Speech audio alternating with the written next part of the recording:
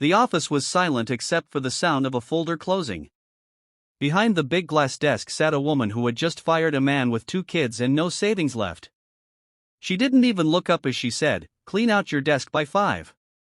What she didn't know was that the next 30 seconds would change her entire life. Before we dive into this story, if you believe in the power of kindness and the idea that good things come back to those who give them, hit that subscribe button and give this video a like. Drop a comment below telling us where you're watching from.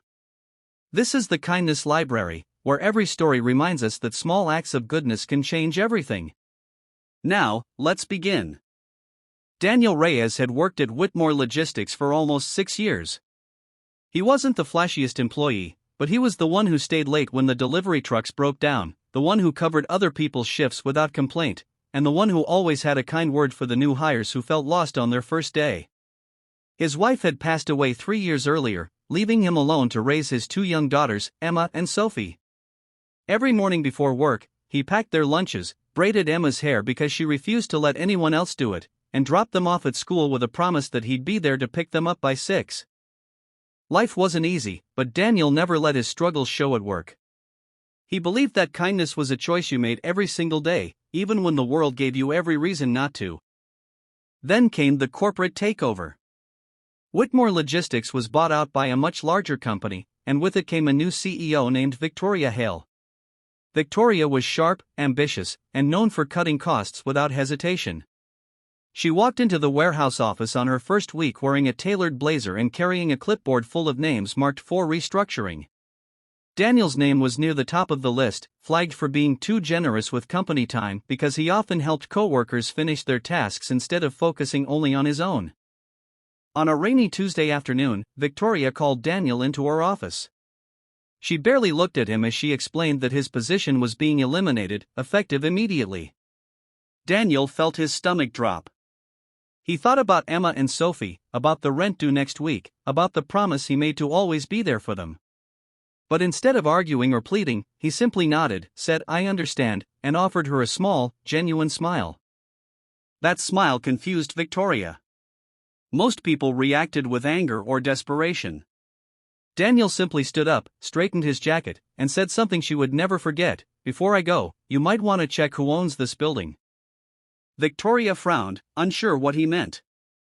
She assumed it was some kind of veiled threat, so she asked her assistant to look into the building's ownership records that very afternoon. What she discovered left her speechless.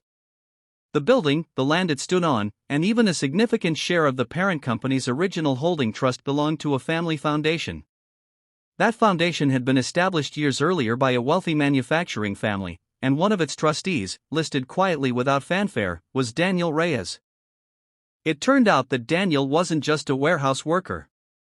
Years before his wife passed away, her family, the original founders of the very company Whitmore Logistics now operated inside, had left behind a trust in her name, which passed to Daniel and his daughters. He never used his position to gain special treatment. He worked the job humbly, wanting his daughters to grow up understanding the value of hard work rather than inherited privilege. He hadn't hidden his identity to deceive anyone. He simply believed that people should be treated with respect regardless of what they had or didn't have. Victoria sat frozen at her desk, staring at the documents. She thought about how she had dismissed him without a second glance, how she had judged his worth based on a title and a paycheck instead of his character. She thought about the quiet kindness he showed every employee, the co-workers who spoke fondly of him, and the trust that clearly had been placed in him by people who cared deeply about integrity. That evening, Victoria drove to Daniel's modest home instead of going back to her penthouse apartment.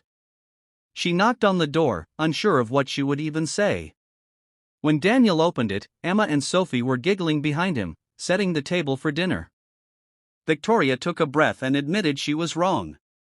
She apologized, not just for firing him, but for the way she had treated every employee like a number instead of a person. Daniel, ever gracious, invited her in for dinner. Over a simple meal of spaghetti and garlic bread, Victoria realized something profound. Daniel didn't want revenge. He didn't want to flaunt his wealth or humiliate her. He simply wanted to remind her that everyone deserves dignity, no matter their job title. In the weeks that followed, Victoria completely transformed how she ran the company. She reversed the layoffs, introduced fair severance policies, and made it a rule that no employee could be dismissed without a face-to-face conversation that respected their humanity. Daniel returned to work, not because he needed the job, but because he genuinely loved being part of a team that now treated people better. Word of what happened spread throughout the company, then throughout the small town where Whitmore Logistics operated. People began treating each other with more patience, more warmth, and more grace, inspired by a quiet warehouse worker who chose kindness even when he had every reason to walk away angry. Daniel never bragged about his story. He continued raising Emma and Sophie with the same humility and love he always had.